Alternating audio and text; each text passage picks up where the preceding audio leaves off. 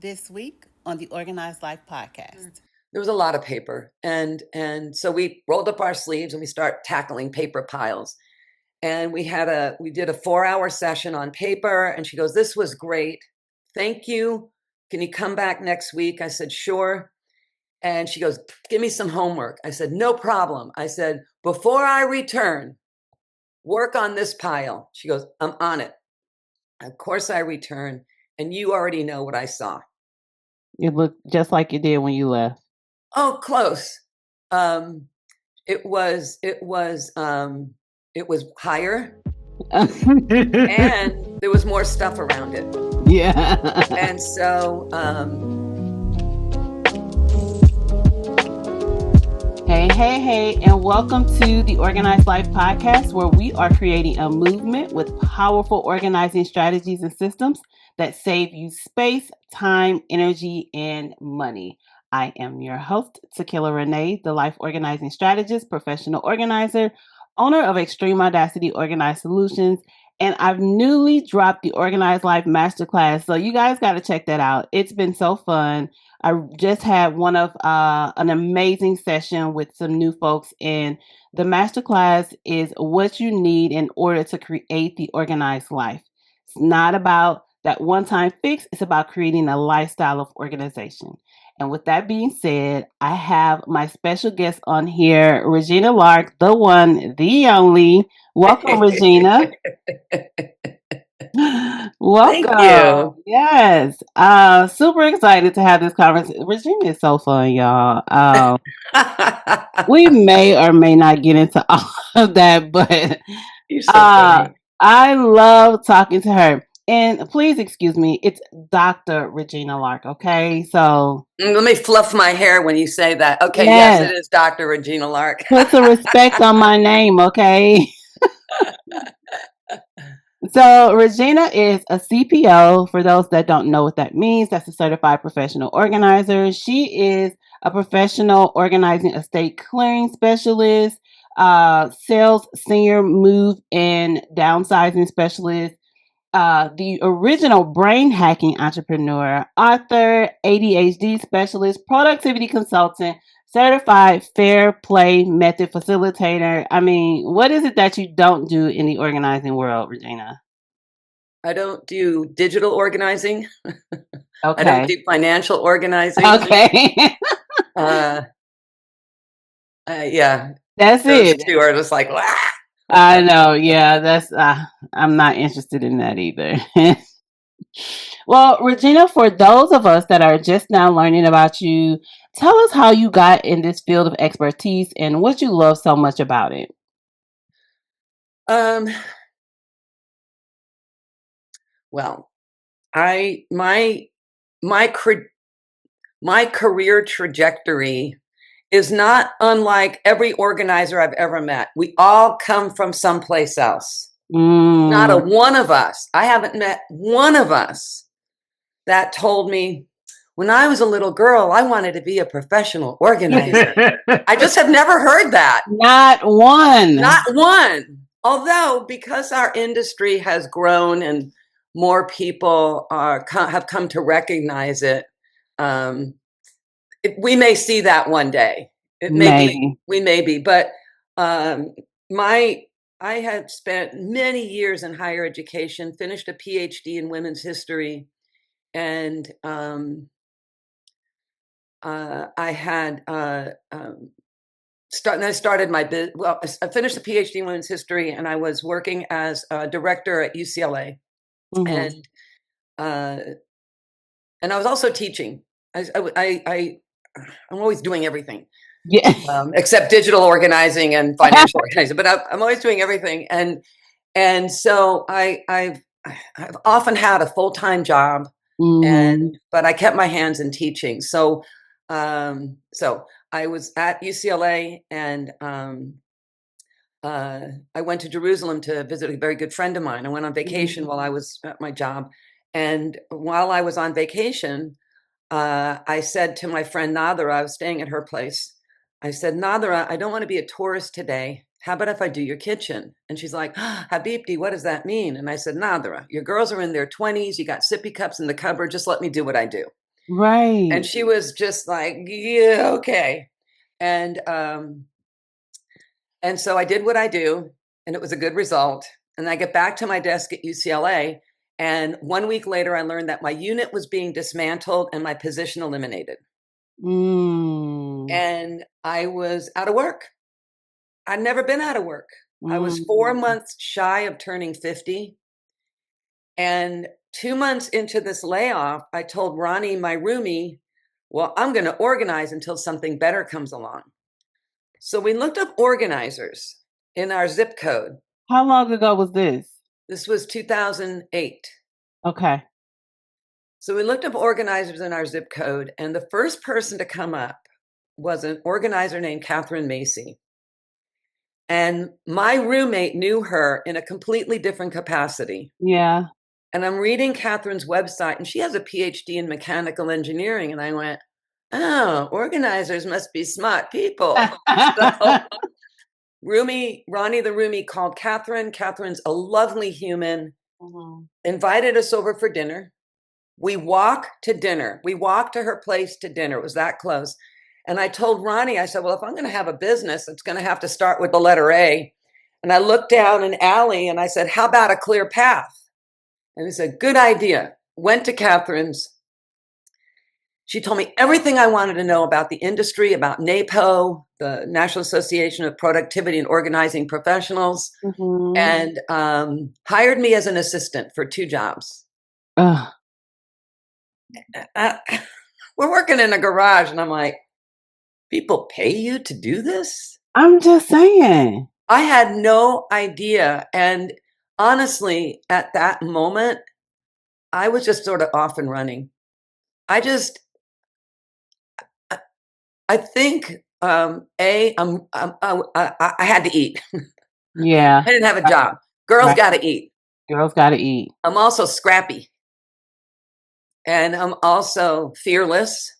Yes. And I also rarely ask permission to do anything. So true. And I will say, I wrote a dissertation to complete the doctorate, and what I learned in the process of being a graduate PhD student is that I was tasked with creating something out of nothing.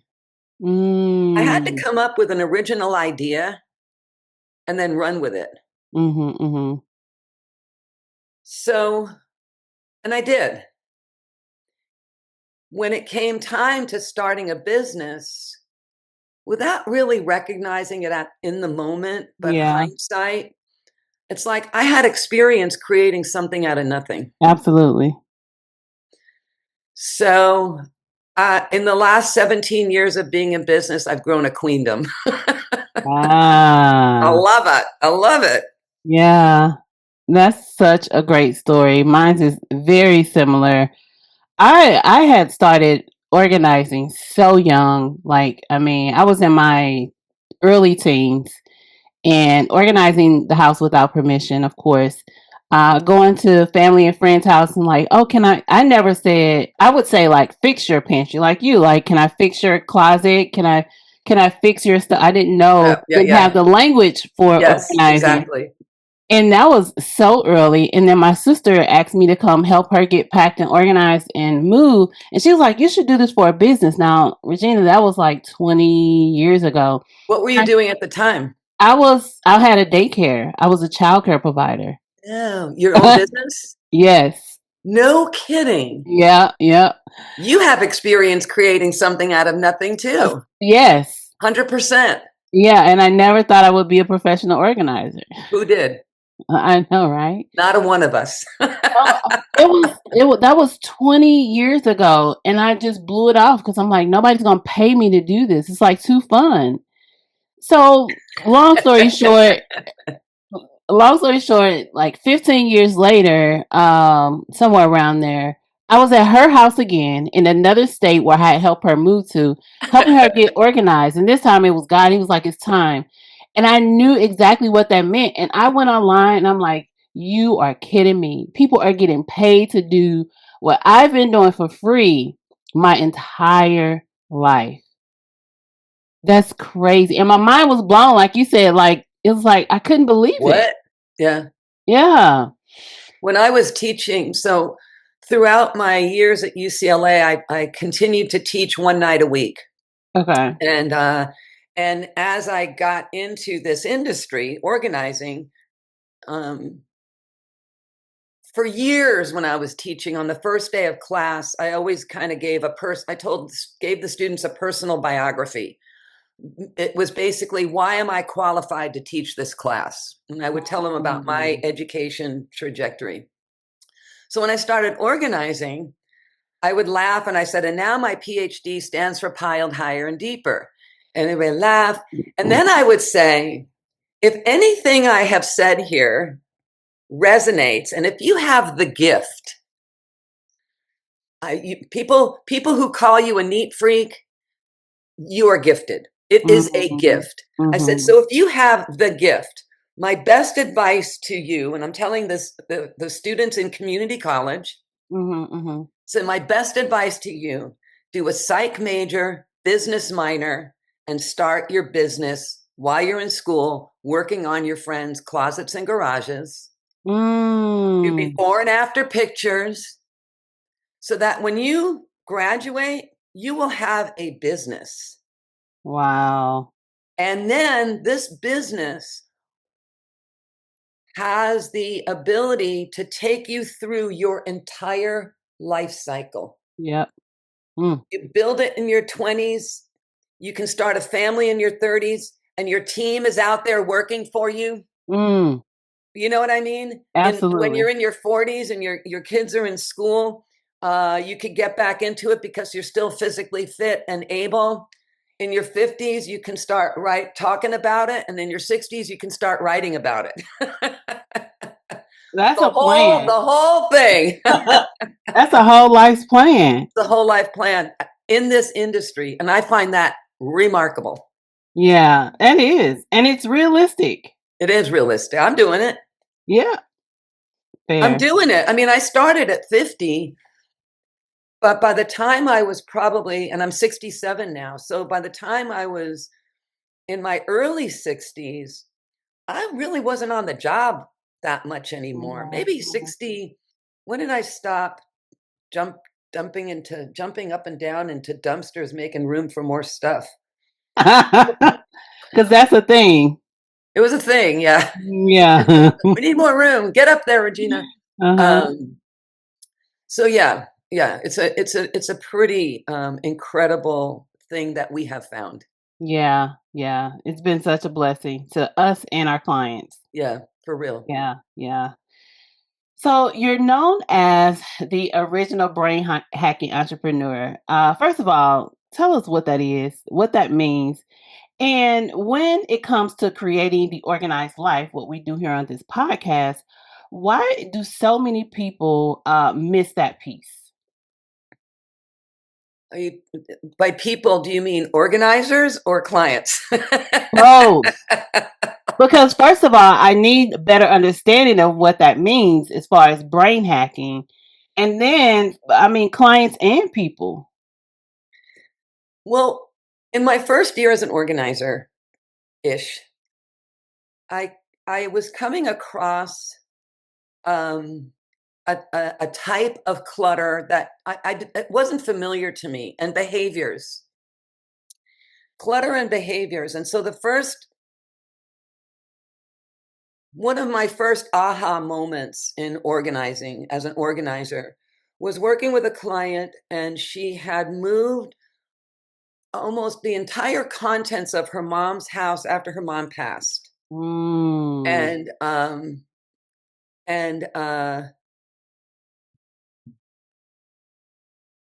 the place was just packed. It was just so crowded. She moved it into her space? She moved it into her home. Yeah. Furniture, belongings, clothes, tchotchkes, you name it. And in my first 20-ish minutes, she held up an eyeglass case that belonged to her mother. And it was an eyeglass case. It didn't seem to be a special eyeglass case, but it belonged to her mother. And I understood that. And she said to me, "Is it okay if I let this go?" And the words out of my mouth, "Of course."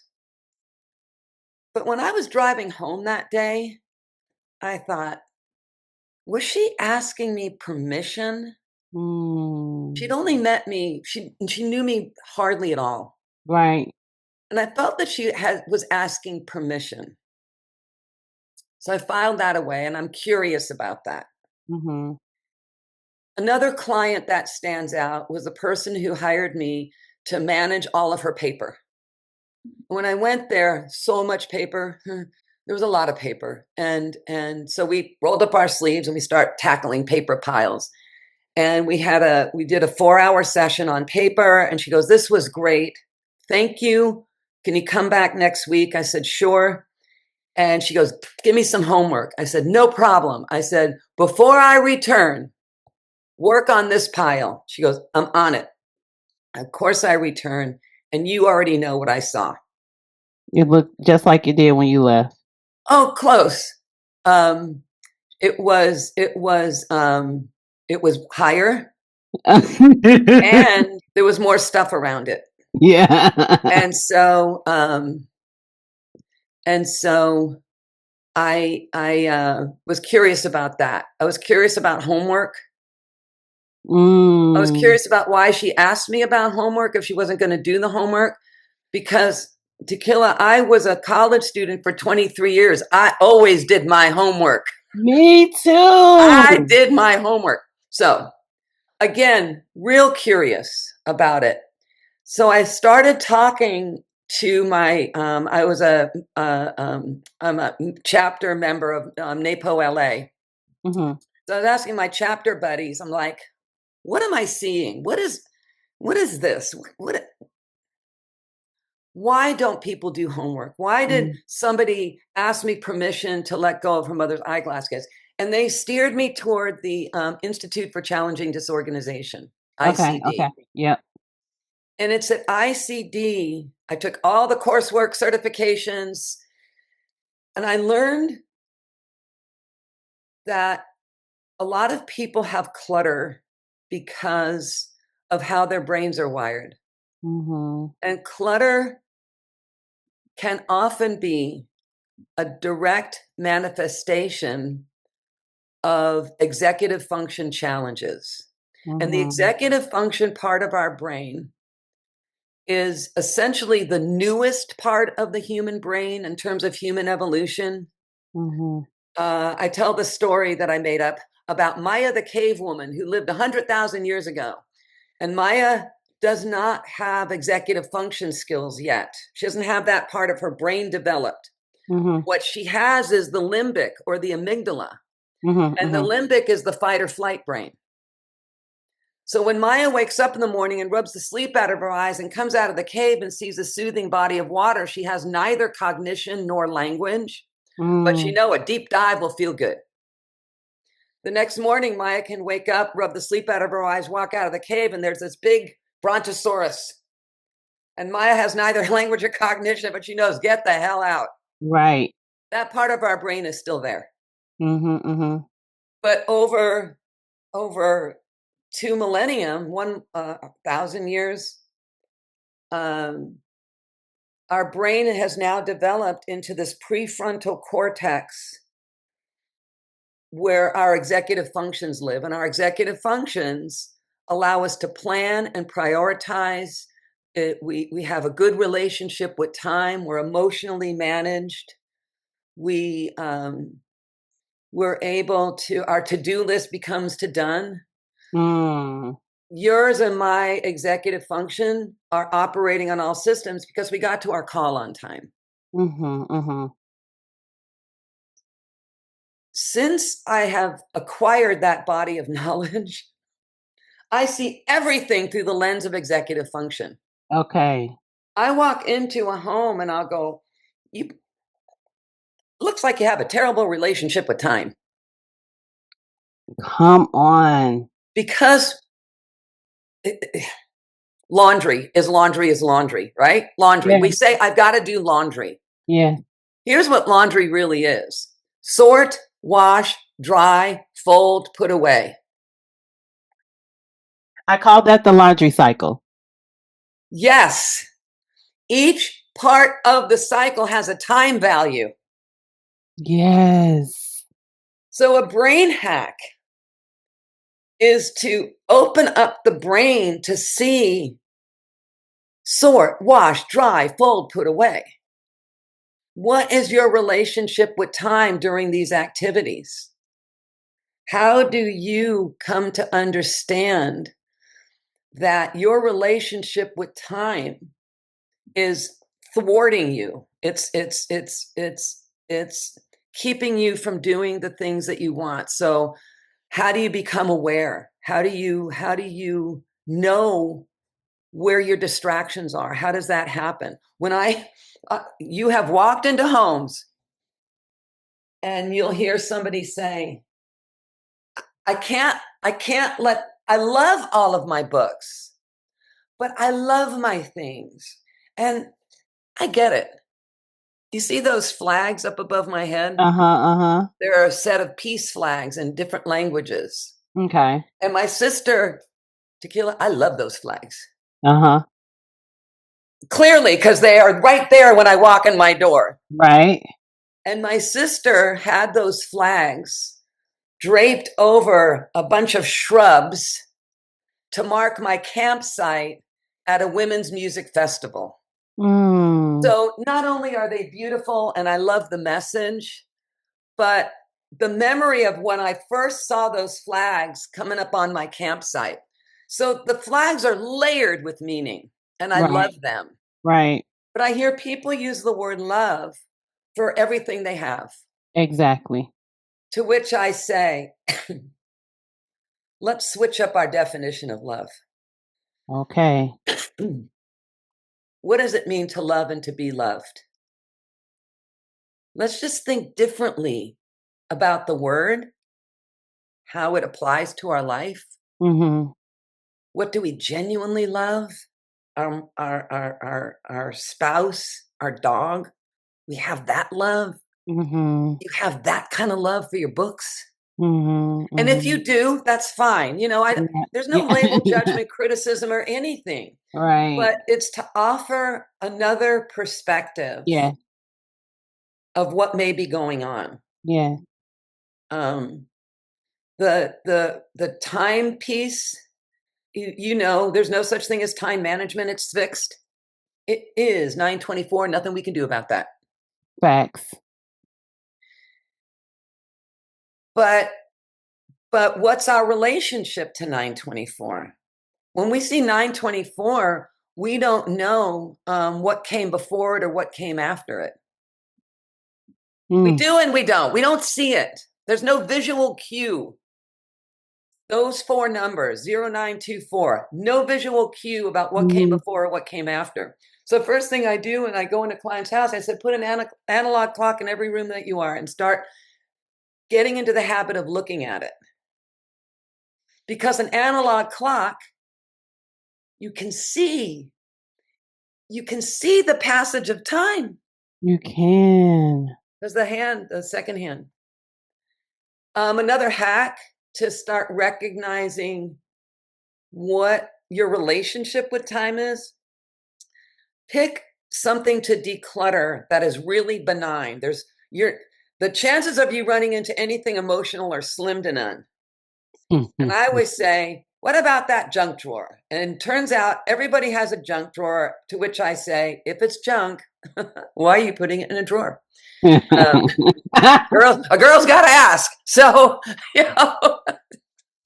All right. So pick the junk drawer. How long do you think it'll take you to clear it and make it a utility drawer? Come up with a plan. What do you want the drawer to be? You want it to be a utility drawer? You want stamps and a pen and a pad and a letter opener and a tape measure, whatever you want your utility drawer. So you say, it's going to take me 10 minutes to clear this junk drawer. You're like, great. Put it on the calendar, set a timer. It's on the calendar from 9 to 9:10 on Friday morning on your calendar. You're going to clear that junk drawer. You're like, I'm on it. And so I said, every organizing project, every declutter project needs some supplies. So for a junk drawer, you're going to need a recycle bin and a trash bin. I said, get an old sheet or towel and a bowl of warm, sudsy water.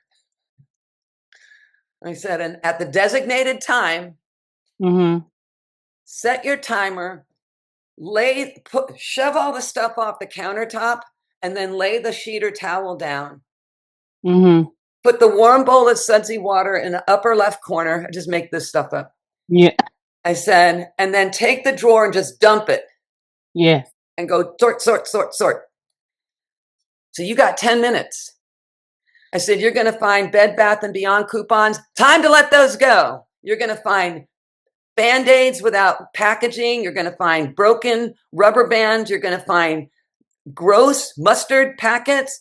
And I said, you're going to come across a lot of keys and coins. So they're going to be sticky and gross. Throw them in the warm, sudsy water and let them get a good soak. Don't leave your station to check the keys.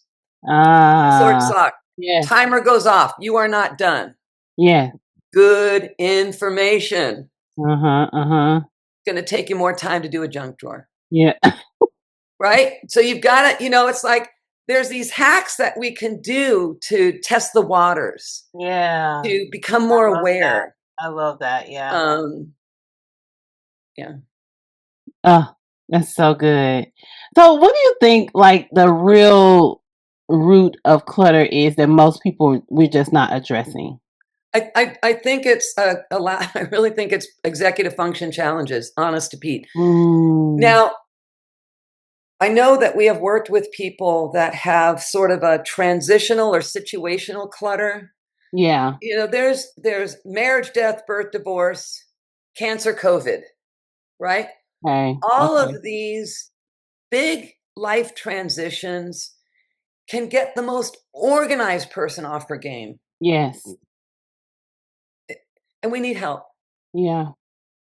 And once we get the help, and once things settle down around us, or we're not on chemo anymore, chemo brain is a thing. I don't know the science, but I think chemo brain just attacks the executive functions. Yeah. Among other things. And so exactly. And so there's that. So once the transition has settled, somebody with strong executive functioning skills can continue. But I think that the majority of people who need us kind of regularly, the chronically disorganized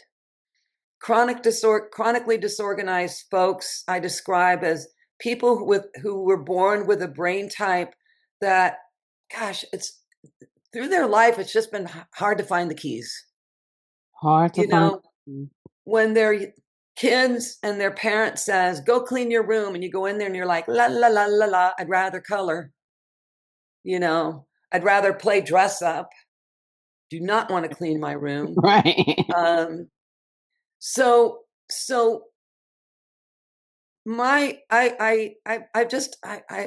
honestly, the ICD classes really helped me to think differently about why this is happening in people's lives. And if you don't have a good relationship with time, and if you're not able, if maintaining your sense of equilibrium is challenging to you, I think you're going to have clutter. Continuously. It's just going to be there.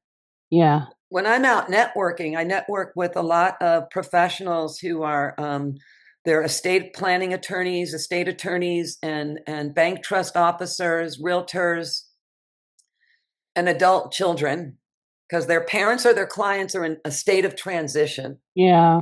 So I talk about working with people in transition, and then I'll look at the room and I say, and we work with the most chronically disorganized among you, you know who you are. And that resonates because they've always kind of known themselves to be really messy.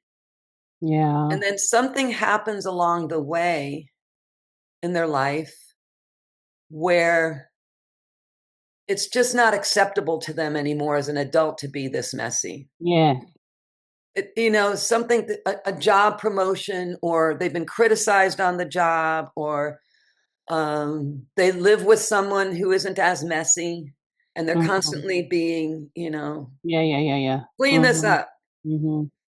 So I think a lot of folks who are challenged with clutter and disorganization they just have a executive function, because our executive function also lets us plan and prioritize. Yeah, absolutely. And if you don't know how long it takes you to do anything, it's very hard to plan and prioritize. Yeah. And your experience of being a lousy planner and someone who can't prioritize, that just becomes the trope. That just becomes, how you define yourself. Yeah. That's good. Then you're screwed. You're screwed. What do we say? Regina, we're gonna take a pause real quick, and we're gonna flip the mic. I'm gonna give you an opportunity to ask me a question. It's a little fun thing we do here on the Organized Life podcast. It's been very interesting. The questions I've gotten asked, and I'm super interested in what you're gonna ask me, because most people ask me professional organizing questions. But oh, you ready? Yeah, you know what, Tequila, I see you on Facebook. I've seen you at conferences. I think of you as somebody who is very focused, Mm. strategic. I think it's remarkable that you knew how many podcasts you have done, because I have a podcast. I have no idea. So my question to you is, what does tequila off the grid look like? Tequila off the grid. You've gotten to see a little bit of that. Oh yeah, the dance. I love to dance. Listen, Regina and I will be on the dance floor, okay? No questions asked. So we've done a few conferences together. And just like I love to dance, she is a wild child on the dance floor. All right, I digress. However, I love to dance. I've been dancing literally all my life. Professionally, I've done tap ballet, jazz, street jazz, lyrical dancing, and most recently, I got into Chicago stepping, Detroit ballroom dancing, line dancing. I've been line dancing a long No time. way. Yes, so I love I'm doing a line all of that. dancer. I've seen videos. Girl, 3 nights a week, I am out line dancing. Really? I listen, that's just our personality. So I love to dance. I'm a very laid back person. I love to have fun. So I that's love that you me. dance. Yeah, I love dancing. It's one of my favorite things to do. My dad is also a dancer. Any family function, we're going to be the first one on and probably the last one off. Right. He knows all the line dancing. He's 73 and he will cut a rug and he's not getting off the floor, okay? Yeah. Yeah. I love a big group, everybody doing the same thing. Yeah. Yeah, good Yeah. to know. Yeah. So every conference, I love the opportunity to dance. We get dressed up and we dance and just have a good time. Yeah, Yeah. for sure. Yeah. All right, back to Good you, to know. Regina. So I want to talk about your book, Emotional Labor, Why Women Work Is Never Done and What to Do About It. It's such a needed conversation. How does emotional labor show up in our homes, and how does it directly affect our ability to maintain the organization that we're trying to create? So how does it show up? Well, emotional labor is the invisible, unnoticed, unacknowledged. Mm, Um, Emotional labor is the thinking about what's coming up. Emotional labor is produced because it makes people around us feel good. mm, We want the people around us to feel safe. We want them to feel that their needs are getting met. And a lot of the work of emotional labor is physical. A lot of the work of the household is physical. Yeah. Physical labor, laundry and cooking and cleaning and all of that. All of those things make the world better and easier to be in at home. And then there's the layer of the emotional part that we also provide to make people feel safe and loved and cared for at home. Yeah. So the household management Mm-hmm. requires all of that. It requires a layer of the physical. It requires the label of the cognitive, the thinking about. It Mm-hmm. requires the labor of the heart. Yeah. So these key ingredients, or the pillars, if you will, of household management. Household management, for centuries has been called women's work. Yes. Yeah. As if you need a vagina to do all of that To work. do the work. Because why else would it be called women's work? Right. Exactly. Apparently, back in the day, they thought you need a vagina. Mm. Well, what I have come it was interesting the way we started our conversation today about my trajectory here and my work so I mentioned that I had a PhD in women's history. So here's how this happened. I'm sitting on the floor with Sylvia. We're decluttering everything. And Sylvia was just feeling so badly about herself because she called herself a lousy homemaker. And I said, oh, and she also came to me with somebody with ADHD. I know about the brain. I know about executive function. And I know that if you have executive function challenges, it's very hard for you to stay organized and all that. So here's Sylvia. She feels terrible about her organizing skills, non-existent. She feels like that she's a terrible homemaker. She can't figure out why she can't do it. Mm-hmm. So I sat down with her and I gave her Women's History 101. Okay.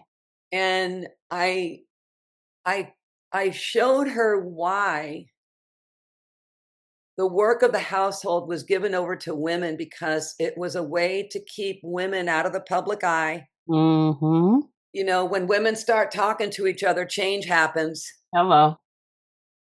Women didn't have the right to vote. They didn't have the right to a higher education. They didn't have the right to a corporate seat. But when women get together and start talking about it and saying, this is what we need and what things are going to happen. So keeping women out of the public eye was serving the best interest of the corporate patriarchy. Mm-hmm. And the work of the household, because women didn't have access to the public sphere, there was a lot of men over many decades writing about how women should be comporting themselves. Mm. And they elevate the role of homemaker into, your role is shaping the future good citizens of the state. There was this trope at the end of the American Revolution called Republican motherhood.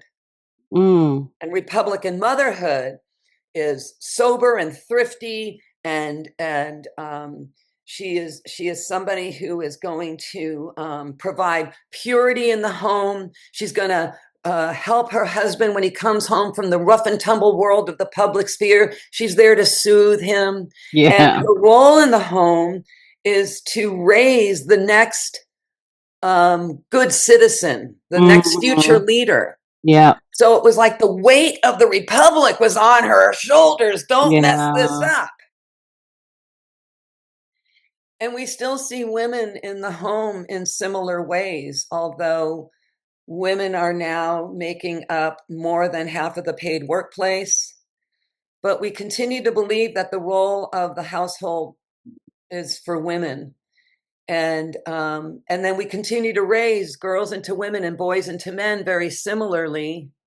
in terms of what they're exposed to and how they are taught about household management. And we're still teaching household management in a way that's very skewed toward women doing all the work. Yeah. So emotional labor shows up in every household because it has to show up in every household, because that's what it means to have good household management. You've got to have the physical, the cognitive, and the emotional. But all too often, all three of those pillars fall on the shoulders of the female in the household. A lot of the book Emotional Labor, we did a lot of research and focus groups, and I did a focus group on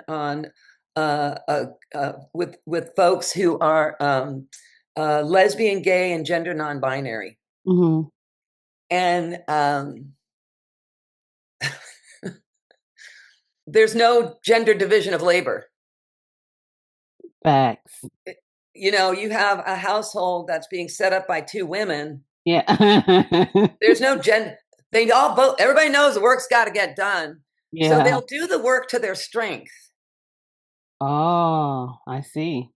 Instead of designated to a person. Yeah, I see. The same with men. So when I'm out speaking about this, and invariably I go, well, how do gay households do this? I'm like, they talk about it. You know, it's like they have to talk about it. Yeah, yeah. Or nothing will be done. And again, I'm speaking very generalized. I know that once children enter the fold, there's going to be a different dynamic at home, because there's just going to be a different dynamic at home once kids arrive. But by and large, these families, these new families that are same sex or non-binary, are going to start out having the conversation. Yeah. Instead of just assuming. Yeah. Yeah. Well, the other thing we see in these heterosexual households, the sense of, oh, but you're so much better at it than I am. Okay. You know, it's like, well, if laundry is on the table, then look at YouTube and see how to do it. I mean, right. It's not A, it's not rocket science, and B, you got to know how to do it. You know? Well, I'm better at it because I do it. If you do it, you'll get better at it. Yeah. So I was blessed with two boys, and my boys can run a household like nobody's business. Nice. They cook, they clean, they do laundry, they go to the grocery store, they know how to grocery shop, they know how to meal prep and meal plan.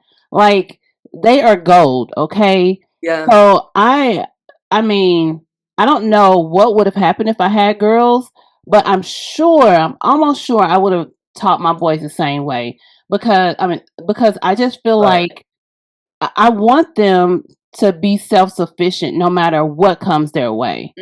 Right? And be a value asset to whoever they encounter. Right? It's just I just think that I raised what I would have wanted to marry. Nice. Right? Yeah. I love to cook. I don't mind cleaning. All those things that I've taught them how to do. But what joy, what great asset would that be if I had somebody in my life that would share the same, you know? And so I've taught them how to do all the things that I know how to do. So they're capable. How old are they? 22 and 20. Nice. Yeah. And come home from work and cook. Like my son yesterday, he already told me what he's cooking for dinner today. Nice. Right. So it's just, and he's cooking for everybody. Yeah. Yeah. So. Good job, Mom. Thank you. Yeah. Super. Good launch. What'd you say? Good launch. Yeah. So how can women begin to reclaim, we talk about here on the Organized Life podcast, I talk about saving yourself space, time, energy, and money, right? And you talk about how women's work is just never done. That's what it feels like. How can women begin reclaiming their space, time, energy, and money without the guilt, without the overwhelm, while still managing their homes and their responsibilities? Well, first of all, we didn't come out of the chute having guilt. So that's something that we just take on. I'm just saying. Good. We That's don't good. need to carry guilt. Yeah. It is a false narrative. Mm. If you're in a relationship with someone, I highly recommend getting into fair play. Okay. Okay. Fair play is a system that was developed by a lawyer, an attorney named Eve Rodsky. And Eve wrote a book on it called Fair Play in 2019. And then she developed this set of playing cards. And here's a set of 100 playing cards that has everything that's going to go on in the home at some point.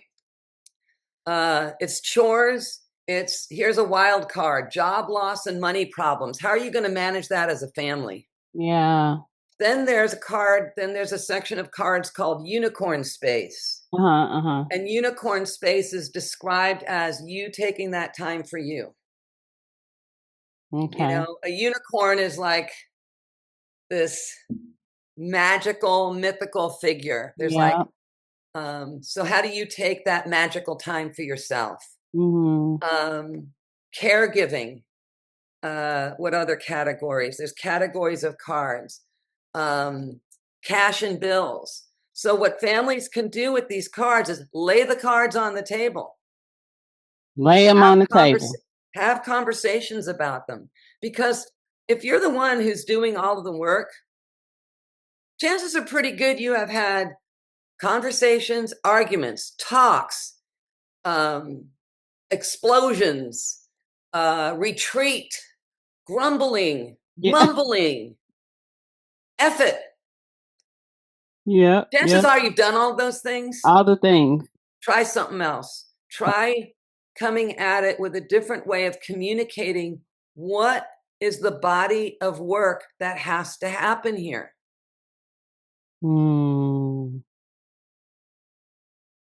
How do we offload it to each other? In the emotional labor book that we've been talking about, I've got a second edition coming out this summer. Oh, nice. And the second edition has some good content on the concept of radical delegation. Okay. And radical delegation is delegating something just to get it done. It doesn't matter who's good at it. Right. Just get her done. Yeah, get her done. Get her done. And how do you implement radical delegation into the home? And if nobody feels like they're capable on any level of getting her done, either don't do it or outsource it. Okay. I mean, radical delegation. I love that. We've got to if the person who's doing all the work, something's got to give. Something. And what happens is divorce. Yep. And what happens is resentment. You know, I not to be disparaging, but I've met so many women over the years who, when they got divorced, they felt like they lost 180 pounds. Yeah. They felt like they're back to having 2 children. Yeah. You know, because the other adult in the household wasn't raised to see all of that work. But when the person doing the majority of the work tries everything they can, within their abilities, to point out what the hell's going on, and the other person is like, how can I help? Like, look around. Right. We have dinner at the same time every day. Every Sat day. at the table. And then when you say, how can I help? What you're essentially saying, I know this is your job. How can I help you do your job? And it's like, when did it become my job? In the emotional labor book, I've got a quote from Sylvia. Sylvia's like, you know, I get criticized because we're out of ketchup. I don't even use ketchup. Come on. And the person using ketchup doesn't put it on the list. Yep. And then when there's no catch up, everybody looks at me. Yep. Yep. Yeah. But I put a list on the refrigerator. You know what I Yep. mean? It's like, Yep. so it's conversation, it's communication, it's being able to, one silly, quick and dirty way to see what's going on is ask the couple to go into a separate room and just write down everything they do for the family and the household. Just write it all down. And then compare notes. Yeah. Simple. Uh-huh. Eye-opening. Yeah, I'm sure. Ridiculously eye-opening. Uh-huh. Uh-huh. So as we close here today, what's one practical strategy from your book that the Organized Life listeners can implement immediately to help reduce the emotional labor that they're dealing with? Buy a copy of Fair Play. Okay. We've got to be able to develop a language for what's happening. Language is so important. It gives you so much power. It gives you so much confidence. Yes. When I began developing language for certain things, it's so funny because, my boys are a little bit older, but my son, he's very much my personality, the youngest. And he likes to play, but the difference between he and I is that I know when to stop. He doesn't. Right. And so he'll do things and he's like basically taunting me and irritating me. And so my oldest son, he's like, Mom, why are you letting him rage bait you? Yeah, and I was like, what is that? I don't know. And so I'm like, a new term. He gave me language for what was happening. And after I had the language, I was like, no more. You're not going to rage bait me. And so now it's a running joke in the house. Oh, I see you trying to rage bait me. But language is so important. And when you get that language, you feel so much more confident about certain things. You feel powerful. It's just so important to get language. Yeah. And we've got to have a calmer, kinder way to describe our anxiety and frustration. So I think a good mental health professional or a family coach, a third party to hear how things are being talked about, communication. Having that conversation. And if it's hard, write it down. Yeah. Yes. I agree. That's awesome. Oh my gosh. Listen, y'all, we could talk forever. Okay. Forever. I don't even think I got to half of the questions I had on my list because the conversation is so good. And I just love how you've given us language for some of the things that a lot of us are going through, a lot of women are going through. So it's been such a powerful conversation. I just really want to thank you for being here and thank you for the just genuineness of the conversation. Thank you for your genuineness. Oh, I have such a big heart for you, Tequila. I really do. You do, and it's been like instant. It was instant. Yeah. We connected, and it was just like, oh, I just love her so much. I don't even know. I love this girl. Yeah. But she's just so awesome, and we've been like loving each other ever since the beginning of time. When during COVID, when I saw NABPO come up, I was like, finally.